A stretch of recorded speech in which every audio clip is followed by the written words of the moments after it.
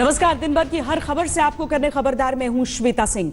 पुलवामा हमले के बाद देश ने जो कसम खाई उससे पाकिस्तान की बेचैनी और उसका डर तो 5 दिन के अंदर ही दिख गया था, लेकिन पिछले 24 घंटे में जिस तरह से पाकिस्तान की घबराहट डबल हो गई है, खबरदार में आज विश्लेषण की शुरुआत इसी बात से करेंगे, क्योंकि कल हाफिज सईद और उसके आतंकी संगठनों पर नए बैन का फैसला और आज जैश के आतंकी आका मसूद अजहर के आतंकी हेडक्वार्टर को सरकारी कंट्रोल में लेने वाली खबर।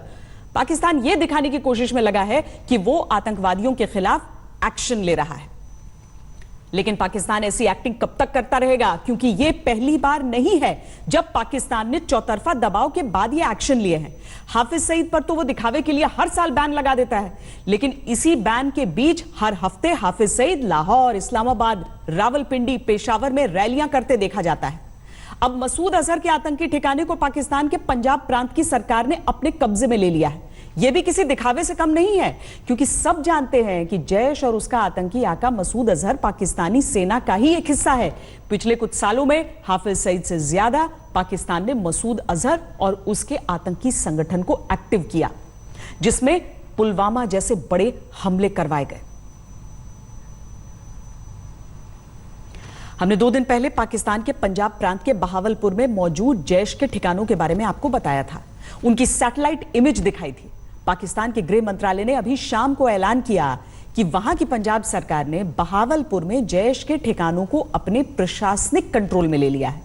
ये 2 लोकेशन है जिनमें मस्जिद और मदरसे की आड़ में जैश की पूरी आतंकी गतिविधियां चलती हैं। इसमें मदरीस तुल साबिर और जामा मस्जिद सुभान अल्लाह का नाम है। पाकिस्तान के पंजाब की पुलिस जैश के इन हेडक्वार्टर्स में पहुंची। यहां के सुरक्षा कवच को पंजाब की पुलिस ने मजबूत किया, किसी तरह के आने जाने पर रोक लगा दी। अब यह सीधे तौर पर पाकिस्तान का एक्शन कम, बेचैनी और डर ज्यादा दिखाता है, जिसमें उसने मसूद अजहर के लिए सुरक्षा कवच बढ़ा दिया है। इमरान खान क्रिकेटर तो थे, लेकिन एक्टर भी निकलेंगे, यह पिछले कुछ दिन में पता चल गया है। पुलवामा पर सफाई देने वाला उनका वीडियो सबने देखा है। 2 दिन में दिखावे वाले एक्शन भी देखकर यही कहा जा सकता है कि वो एक्टिंग करने की पूरी कोशिश कर रहे हैं, लेकिन ये भारत के सामने नहीं चलेगा, क्योंकि भारत बरसों से पाकिस्तान की ये पैंतरे देख रहा है। हम आपको मसूद अजहर के ठिकानों के बारे में भी बता देते हैं। जैश का हेडक्वार्टर जामिया सुभान अल्लाह बहावलपुर के नेशनल हाईवे 5 पर है। यह पाकिस्तानी सेना के 31 कोर के हेडक्वार्टर से सिर्फ 8 किलोमीटर दूर है। जैश का एक और बड़ा ठिकाना बहावलपुर शहर के बाहरी इलाके में भी है। इन दोनों जगहों पर आतंकवादियों की भर्ती और ट्रेनिंग होती है। जैश पाकिस्तान में 33 प्रतिबंधित संगठनों में से एक है, लेकिन यह सिर्फ दिखावे के लिए है, क्योंकि जानकार मानते हैं कि जैश पाकिस्तानी सेना का ही एक हिस्सा है। पाकिस्तानी सेना की सुरक्षा और उसके इशारे से जैश की आतंकी गतिविधियां चलती हैं। पाकिस्तान में मसूद अजहर की लोकेशन के बारे में हमारी स्पेशल रिपोर्ट आपको दिखाते हैं। अगर आपके पास कोई एक्शनेबल इंटेलिजेंस है कि पाकिस्तान इन्वॉल्व है, वो हमें दे। मैं आपको गारंटी करता हूं कि हम एक्शन लेंगे।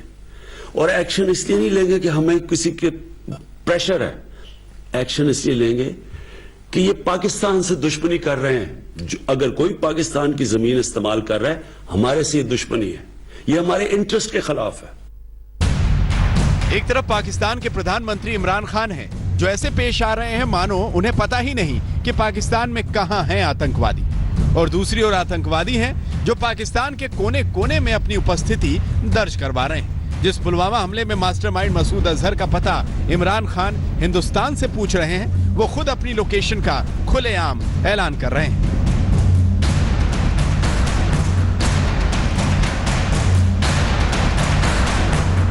उस मिराजी ने कहा, नो मोर जैश इन पाकिस्तान। पाकिस्तान में जैश बाकी नहीं रहेगी। आज देखता होगा, अपनी लगाई हुई आग में खुद जलता होगा। जैशे मोहम्मद पाकिस्तान के एक एक शहर में पूरे कद के साथ, पूरी कुव्वत के साथ, पूरी ताकत के साथ खड़ी है। तो एक तरफ मसूद अजहर चुनौती दे रहा है कि पाकिस्तान की जमीन से जैश को कोई ताकत नहीं उखाड़ सकती, तो दूसरी तरफ पाकिस्तान सरकार दावा कर रही है कि उसने पाकिस्तान की जमीन से उसे उखाड़ फेंका है। Jaish e Mohammed is a banned organization. It's a banned organization since long, and we are actually already taking a huge action. We are already bound our the demand of setup. We are already bound by the and we are the country has suffered the terrorism for the most. एक तरफ पाकिस्तान के मंत्री दावा कर रहे हैं कि पाकिस्तान में जैश को बैन किया जा चुका है और दूसरी ओर मसूद अजहर है जो पाकिस्तानी फौज की आंगन में सुरक्षित बैठा है। पाकिस्तान का 12वां सबसे बड़ा शहर बहावलपुर, जहां एक सफेद मस्जिद हर किसी का ध्यान अपनी तरफ खींचती है। इस मस्जिद का नाम है जामिया सुभान अल्लाह। यही मस्जिद जैश का नया हेडक्वार्टर है और मसूद अजहर का नया ठिकाना भी। वैसे हैरानी वाली बात नहीं कि जैश का यह मुख्यालय और पाकिस्तानी सेना के 31 कॉर्प्स के मुख्यालय के बीच की दूरी महज 8 से 9 किलोमीटर है। यानी भारत का मोस्ट वांटेड और पुलवामा हमले का जिम्मेदार मसूद अजहर पाकिस्तानी सेना की छत्र छाया में रहता है। अब इस बात का इससे बड़ा सबूत और क्या हो सकता है कि पाकिस्तानी सेना जैश और उनके आतंकवादियों को अपने बच्चे की तरह पालती है। जैश ए मोहम्मद पाकिस्तान आर्मी का ही एक बच्चा है। जैश ए मोहम्मद को पाकिस्तान आर्मी ही कंट्रोल कर रही है और ऐसा ही कंट्रोल कर रही है। और जैसे कि आपने कल जैश ए मोहम्मद का रिलीज भी देखा होगा, उन्होंने ये कबूला भी है कि उनका चीफ ऑपरेशंस कमांडर जो है इस हमले में मारा गया है। तो पाकिस्तान आर्मी का इन्वॉल्वमेंट इसमें 100% है। इसमें मेरे को और आपको किसी को कोई शक नहीं है। जैश ए मोहम्मद खुलेआम रैलियां कर पाकिस्तान में अपनी मौजूदगी दर्ज कराता है। जैश ए मोहम्मद का सरगना सरेआम हिंदुस्तान पर हमले की धमकियां देता है और पाकिस्तानी फौज की शरण में आतंक का हेडक्वार्टर चलाता है। तो बताइए इमरान खान, इतना काफी है या और सबूत चाहिए? अंकित कुमार के साथ आज तक ब्यूरो। मसूद अजहर पर पाकिस्तान एक्शन नहीं करेगा, यह बात तय है। जो भी होगा वो सिर्फ दिखावे के लिए होगा, दबाव का समय काट लेने के लिए होगा, क्योंकि मसूद अजहर को आज से नहीं पिछले 20 साल से पाकिस्तानी सेना ने आतंक का हथियार बनाकर रखा है। मसूद अजहर जैसे आतंकियों के अल-कायदा से भी सीधे कनेक्शन रहे हैं। 2002 में पाकिस्तान को मजबूरी में जैश पर प्रतिबंध लगाना पड़ा था, क्योंकि तब अफगानिस्तान युद्ध में अमेरिका ने उसे सीधी चेतावनी दे दी थी। 2002 से 2014 तक मसूद अजहर अंडरग्राउंड होकर आतंकी गतिविधियां करता रहा। 2014 में एक बार फिर मसूद अजहर खुलकर सामने आया, जब उसने 300 आत्मघाती हमलावर तैयार करके भारत को धमकी दी थी। 2016 में पठानकोट हमले के बाद बढ़े दबाव में पाकिस्तानी सेना ने उसे फिर अंडरग्राउंड कर दिया। लेकिन पिछले 1 साल से मसूद अजहर और उसके आतंकियों को पाकिस्तान ने नए सिरे से एक्टिव किया है। जब तक पाकिस्तान को यह एहसास नहीं कराया जाता कि मसूद अजहर जैसे आतंकियों को पालने का अंजाम क्या हो सकता है, तब तक वो मसूद अजहर जैसे आतंकवादियों के सिर से अपना हाथ हटाएगा नहीं, भले ही चौतरफा दबाव पड़ रहा हो। पाकिस्तान परेशान हो, लेकिन वो इस बार भी पूरा जोर लगाए हुए है कि किसी तरह से यह समय निकल जाए और वो फिर आतंकवादियों को खुली छूट दे दे। लेकिन क्या इस बार पाकिस्तान कामयाब होगा? यह बड़ा सवाल है, क्योंकि पाकिस्तान की इंटरनेशनल घेराबंदी सही तरीके से हो चुकी है। संयुक्त राष्ट्र सुरक्षा परिषद ने पुलवामा हमले पर निंदा प्रस्ताव पास किया और भारत का समर्थन किया। तो टेरर फंडिंग रोकने वाली संस्था FATF ने पाकिस्तान को टेरर फंडिंग पर चेतावनी दी है। मैं सोचता हूं कि ये भारत का जो है बहुत महत्वपूर्ण कूटनीतिक इनिशिएटिव रहा है और ये जो है एक तरीके से मैं कहूँगा बहुत सक्सेसफुल रहा है इसमें कि यूनानिमस रेजोल्यूशन था। चीन ने भी अपने को आइसोलेट करने का नहीं सोचा, वो साथ में सबके साथ मिलकर चलने को तैयार है। अब इसमें आगे क्या क्या एक्शन लिया जाएगा, जैश ए मोहम्मद और बाकी जो भी संस्थाएं पाकिस्तान के अंदर आतंकवाद बाहर फैला रही हैं पड़ोसी देशों में, उनके खिलाफ क्या एक्शन लिया जाएगा, वो हम सोचते हैं कि इस रेजोल्यूशन के बाद में वो ज़्यादा उसको कवर इंटरनेशनल जो है लीगल कवर मिल जाएगा जो भी एक्शन लिया जाएगा पाकिस्तान। एक तरफ पाकिस्तानी सेना प्रवचन देने में जुटी है, उनकी बेचैनी साफ दिख रही है। दूसरी तरफ सुरक्षा परिषद जैसे जगहों से पाकिस्तान की इंटरनेशनल घेराबंदी हो रही है। तीसरी तरफ देश के अंदर मौजूद आतंकियों के स्लीपर सेल भी चुन चुन कर निकाले जा रहे हैं। शायद पहले कभी नहीं दी गई। उन्होंने कहा कि जिस किस्म की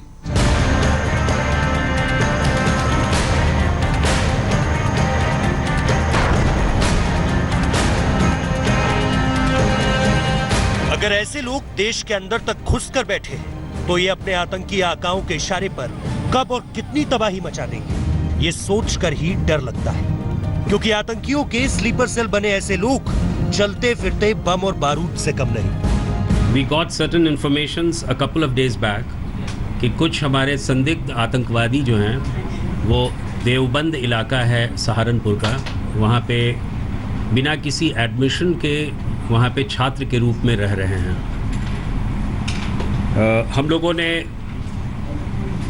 कुछ इलेक्ट्रॉनिक सर्विलांस के माध्यम से उन पे निगाहें रखी और कुछ जब हमारा शक जो है वो काफ़ी प्रगाढ़ हो गया, काफ़ी मजबूत हो गया, तो हमारी टीम वहाँ पे वर्क कर रही थी और रात में हमने कल शाम को हमने IG ATS को वहाँ भेजा है और रात्रि में हमारा एक ऑपरेशन हुआ, जिस ऑपरेशन में हमने 2 संदिग्ध आतंकवादी को पकड़ा है जिनका कनेक्शन जैश-ए मोहम्मद से है।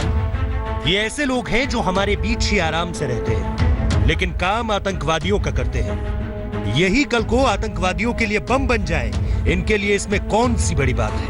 इससे ज्यादा खतरनाक क्या होगा कि देवबंद से जैश के संदिग्ध आतंकी पकड़े गए। ये दोनों कश्मीरी हैं और उनके नाम हैं, एक शहनवाज जो है वो जिला कुलग्राम जम्मू एंड कश्मीर का रहने वाला है और एक दूसरा उसका साथी है आकिब अहमद मलिक, वो पुलवामा का रहने वाला है जम्मू एंड कश्मीर का। ये दोनों को गिरफ्तार किया गया है। ये शहनवाज जो है वो जैश-ए मोहम्मद से जुड़ा हुआ है, उसका एक बहुत ही एक्टिव मेंबर है और ये वर्तमान में सहारनपुर में आकर उसे ये टास्किंग दी गई है कि जैश-ए मोहम्मद के लिए वो नए आतंकी को रिक्रूट करे, उसको रिक्रूट करे।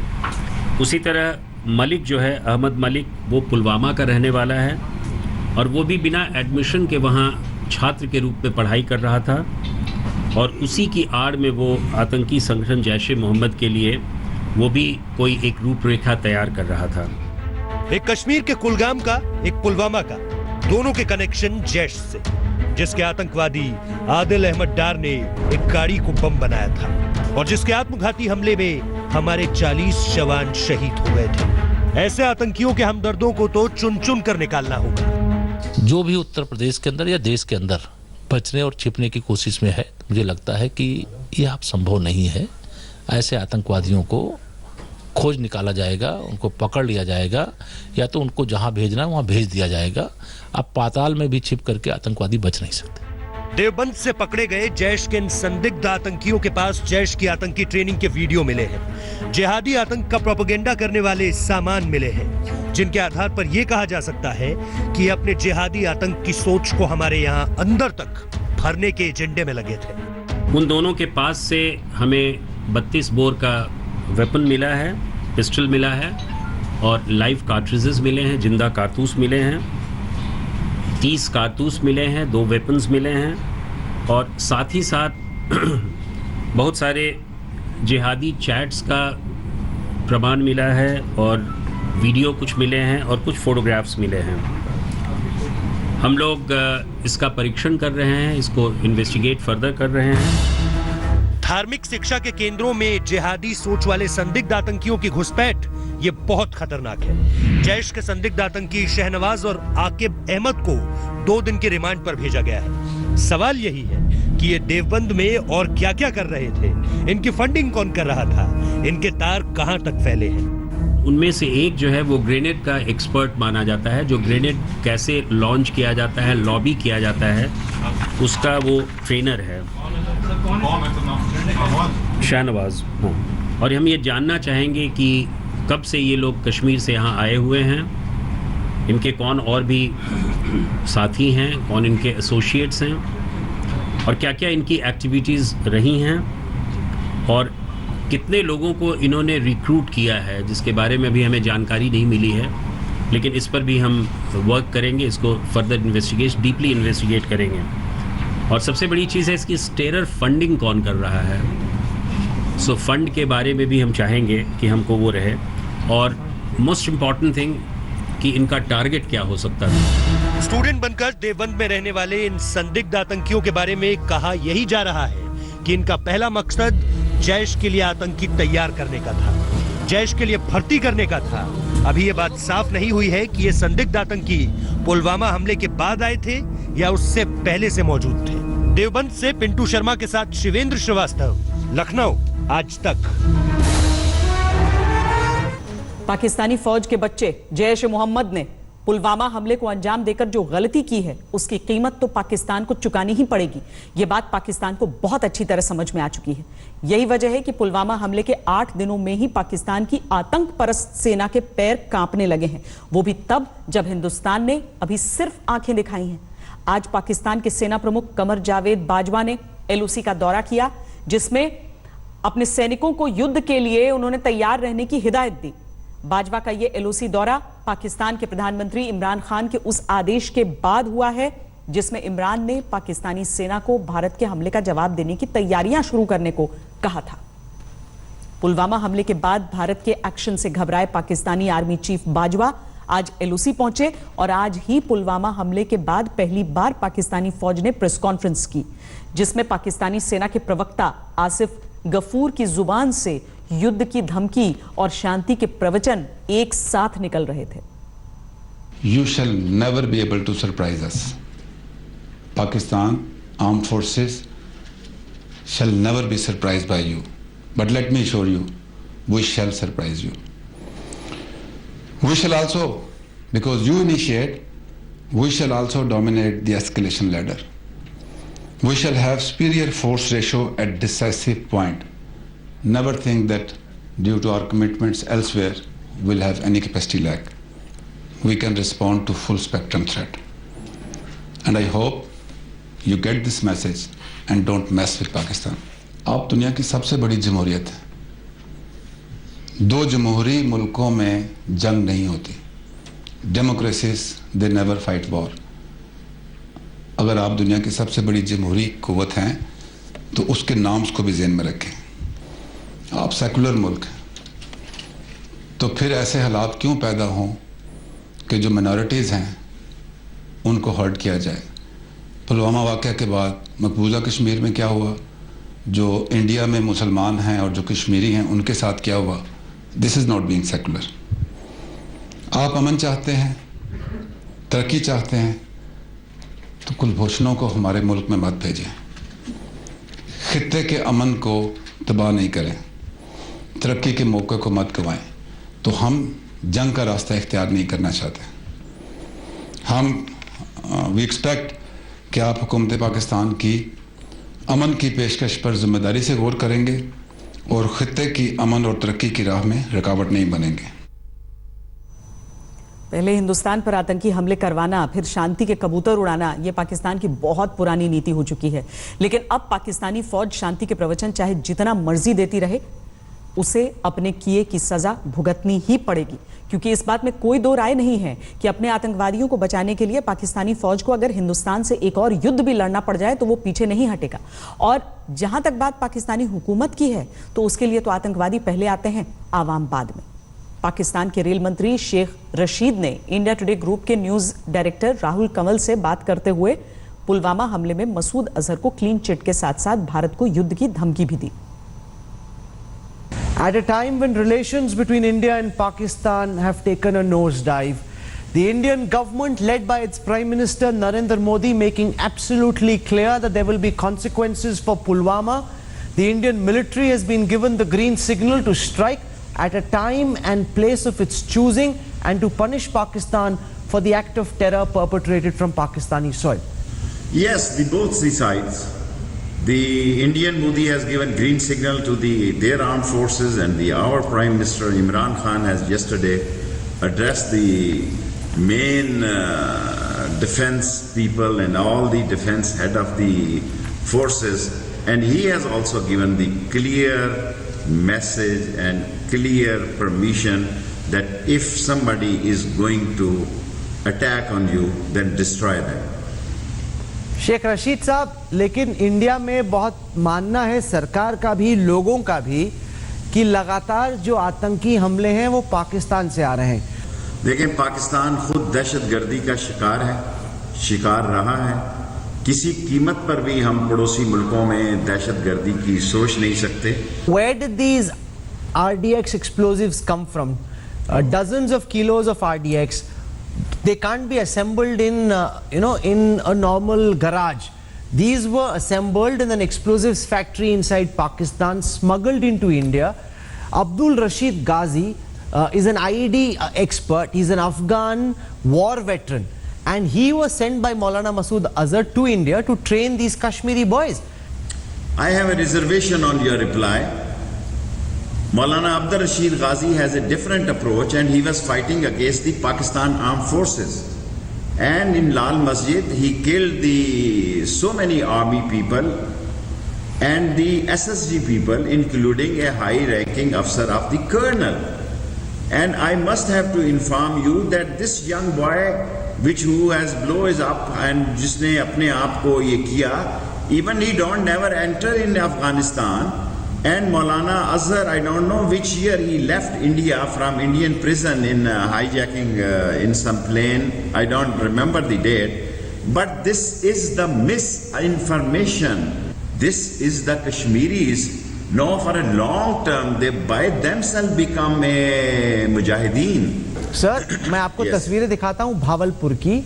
ये सैटेलाइट के जरिए इंडिया टुडे ग्रुप की इन्वेस्टिगेशन टीम ने ओपन सोर्स टेक्निक्स इस्तेमाल करके सैटेलाइट के जरिए इकट्ठा की हैं।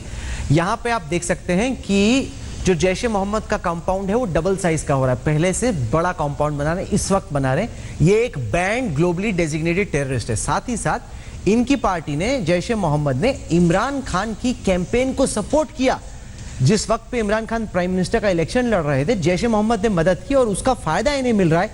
इनकी एक्टिविटीज को खत्म करने की बजाय इनको तो खुली छूट है पाकिस्तान में। सर देखें, आई नो इमरान खान, और मैंने 7 साल कैद काटी है शाहपुर हरिपुर भावलपुर में।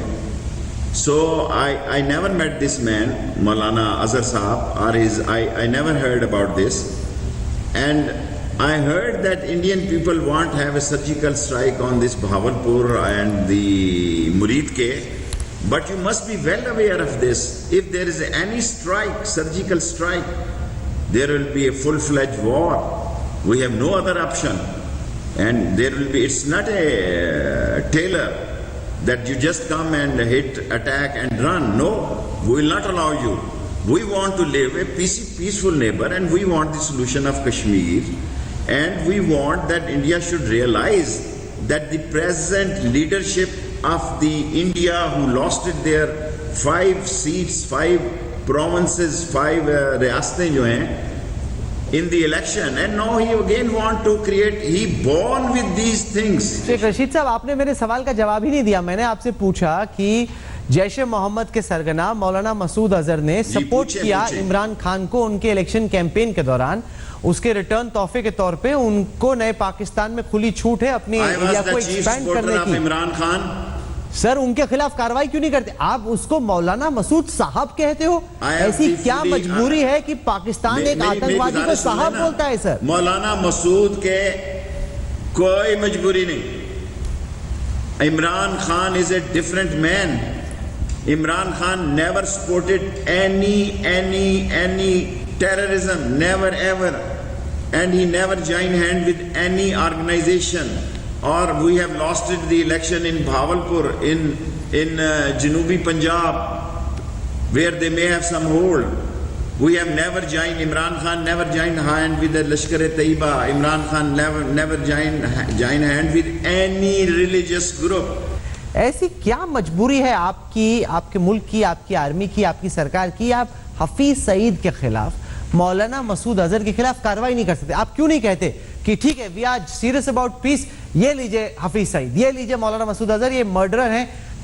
देखें, हमने उनको गिरफ्तार किया, आपके चरणों में तो नहीं हाफिज सईद को पेश कर सकते कि ये भगवान की दिता की अरबता के लिए आपके चरणों में पेश करते हैं हाफिज सईद को। हाई कोर्ट ने उनको रहा किया जनाब, सुप्रीम कोर्ट ने उनको रहा किया। सर, आपने केस ठीक से लड़ा ही नहीं ना, यही तो प्रॉब्लम है। ये तो नहीं कि उसे सीएम ने मांगा एविडेंस, हम कैसे विश्वास करें? वो आपने केस ही ठीक से नहीं लड़ा ना सर कोर्ट में। लड़ा होता तो उसको फांसी होती। वो तो ग्लोबली डेजिग्नेटेड टेररिस्ट है, मैस मर्डरर है।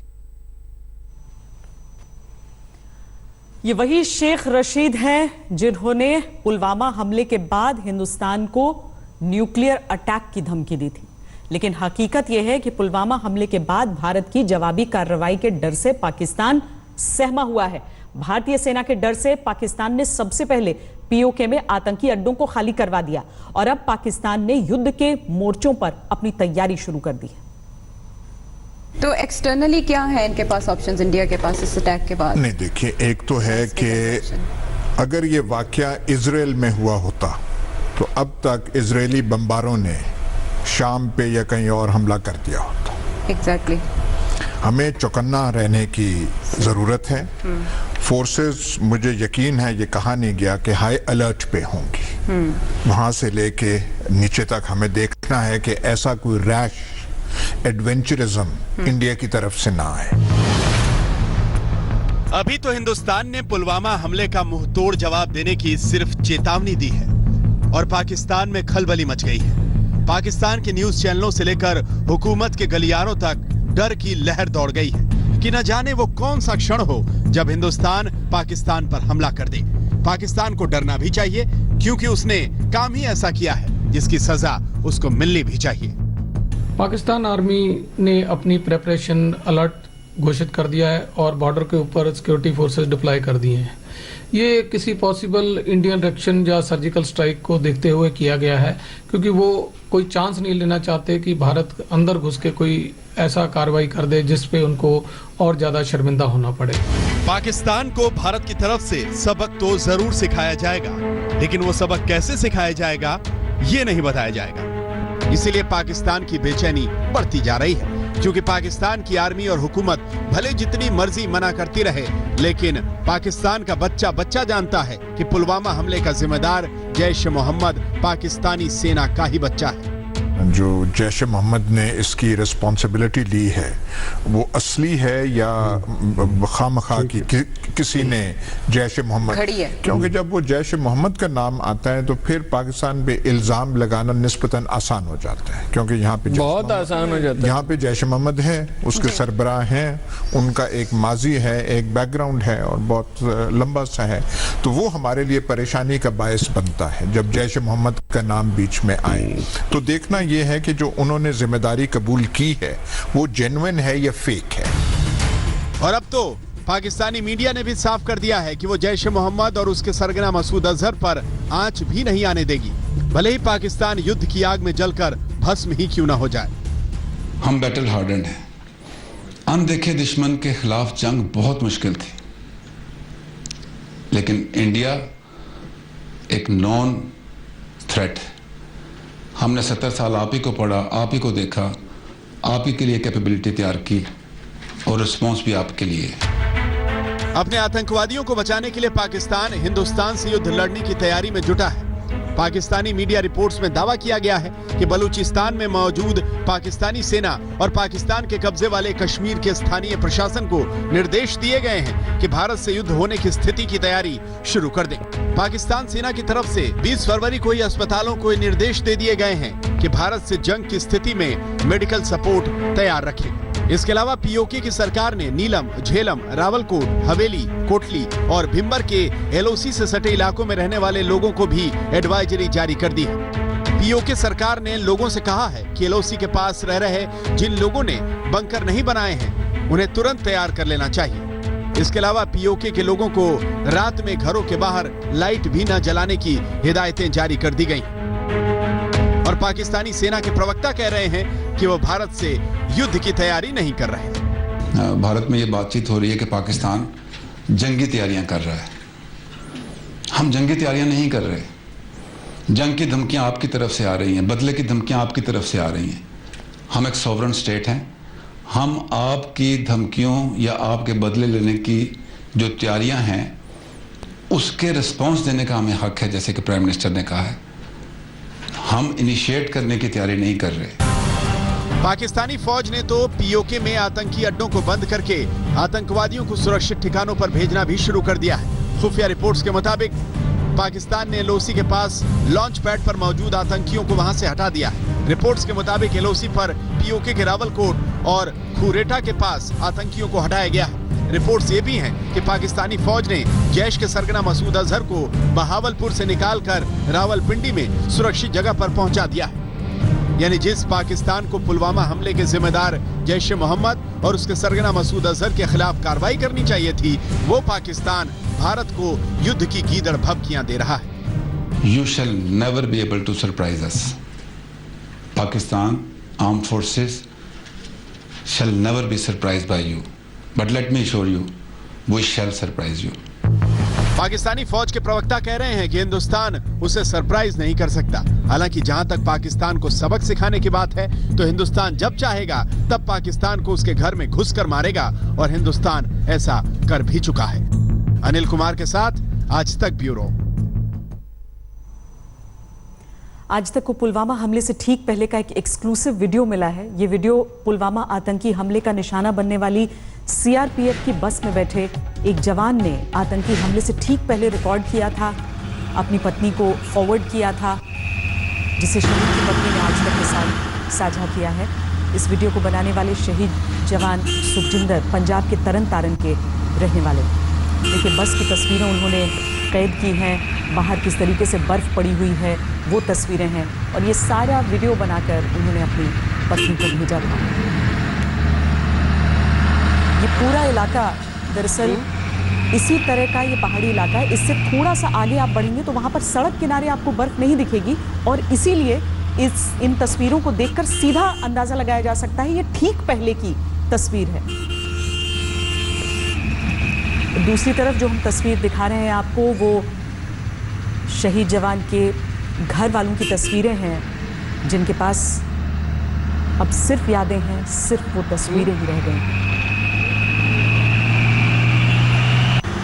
हमारे साथ हमारे संवाददाता सत्येंद्र चौहान इस समय फोन लाइन पर जुड़ रहे हैं। सत्येंद्र, बहुत भावुक करने वाला ये वीडियो है, और ये बताया जा रहा है कि उनकी पत्नी ने ये देखा भी नहीं था, इसे देखने से पहले उन्हें ब्लास्ट की खबर मिली।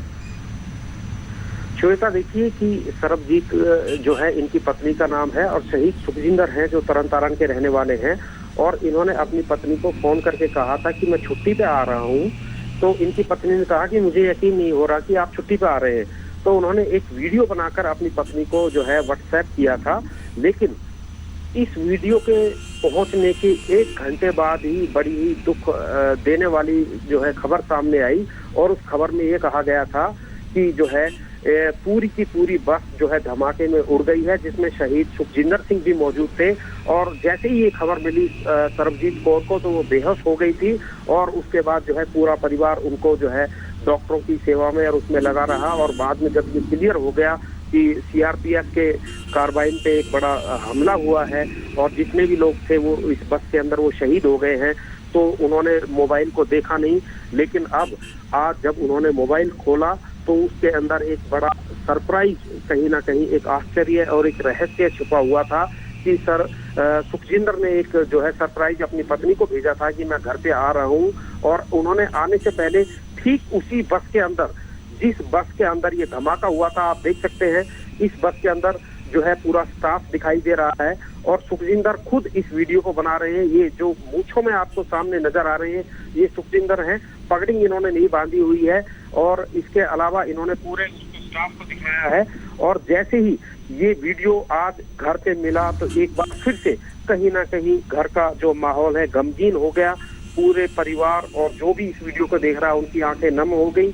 आज तक पर हम एक्सक्लूसिव ये वीडियो आपको दिखा रहे हैं कि किस तरीके से सीआरपीएफ के जवान अपने घरों को निकले थे, और शायद ये सोच के निकले थे कि बर्फ के इस माहौल में हम मैदानी इलाकों में जाकर कुछ दिन अपने घरों में आराम करेंगे और उसके बाद वापस कश्मीर लौटेंगे। लेकिन जिस तरह के हालात पैदा हुए वो बड़े दुखदायी थे, बड़े हैरत करने वाले थे।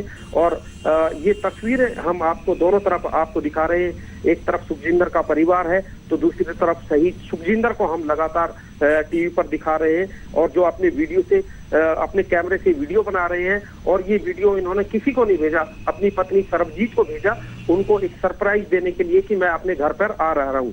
लेकिन शायद वो अपने घर पर नहीं पहुंच पाए। श्वेता, धन्यवाद सत्येंद्र इस पूरी बातचीत के लिए। सत्येंद्र चौहान हमारे संवाददाता जानकारी दे रहे हैं कि वीडियो कैसे बनाया गया, क्यों बनाया गया, किस मंशा से। वाकई आप जवानों को अगर देखिए एक नजर, तो इनसे आमने सामने का मुकाबला हो, दुश्मनों को नेस्तनाबूद कर दें पल भर में, लेकिन इन्हें धोखे से इस तरीके से इन पर आक्रमण किया गया बारूद से। प्रधानमंत्री नरेंद्र मोदी को आज दक्षिण कोरिया में सियोल शांति पुरस्कार से नवाजा गया है।